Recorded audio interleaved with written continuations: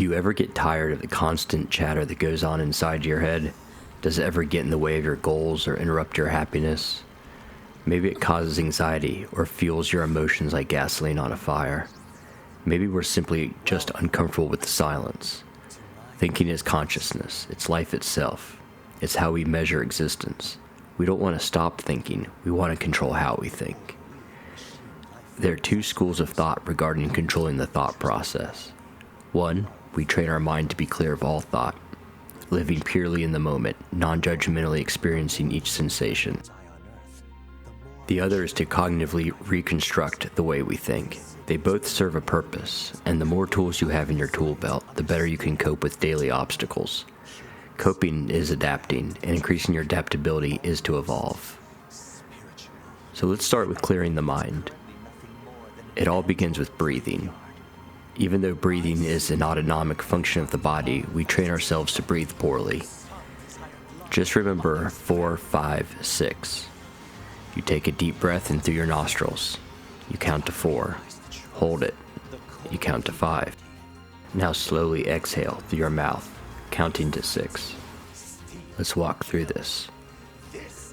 Breathe in through your nostrils. 2, 3, 4. Now hold your breath. 2, 3, 4, 5. Now slowly exhale through your mouth. 2, 3, 4, 5, 6. Maybe that felt unnatural at first. That's normal because we aren't used to deliberately breathing. Practice this until it feels natural. It isn't essential to be in a perfect meditative posture when practicing this, because we want to be able to breathe properly in any situation. You can practice this anywhere and in any situation. The best part is, no one will know you're doing it. Once you got your breathing techniques down, focus on the 5 senses. What do you hear around you? What do you smell? What do you feel in your skin? What can you see directly in front of you? What do you taste in your mouth? Don't dwell on any one thought. Don't place a judgment or valuation on it. Don't analyze it. Just describe it and move on. The more you practice this, the more you will see that endless chatter in your head dissipate. Sometimes we need that chatter in our head. After all, we're living sentient beings. We have to process our experiences. This is where we learn to restructure the way we think. A cycle exists between our thoughts, our emotions, and our behaviors. Strong thoughts lead to strong emotions, which in turn lead to extreme behavior. This extreme behavior creates complications in our lives that lead to more maladaptive thought patterns, creating a recursive loop of neuroticism and unproductive behavior. For example, you may have the thought, I can't do anything right.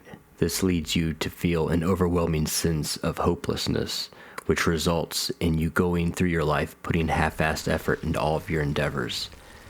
Because why try hard if I'm just going to fail, right?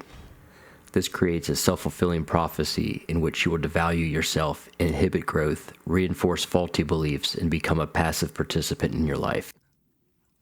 First step is to recognize these negative thought patterns and challenge them as they arise. The more you learn to catch and challenge these cognitive distortions, the better your emotional and behavioral response will be. Let's take our I can't do anything right example. Instead of saying I can't do anything right, you stop it and you challenge it. Maybe you'll say, I'm not pleased with my results here. I can do this better. Or, no one is perfect. I'll do this better next time. You're replacing an untruth with a truth. No one does everything wrong all the time. But it is a fair assessment to be displeased from time to time with ourselves. So now instead of instilling a feeling of hopelessness, you give yourself a glimmer of hope. This will give you the motivation to try a little bit harder next time. You do a little bit better next time, give yourself credit for your effort, and you're on the way to correcting the negative thought, emotion, and behavioral cycle that plagued your well-being.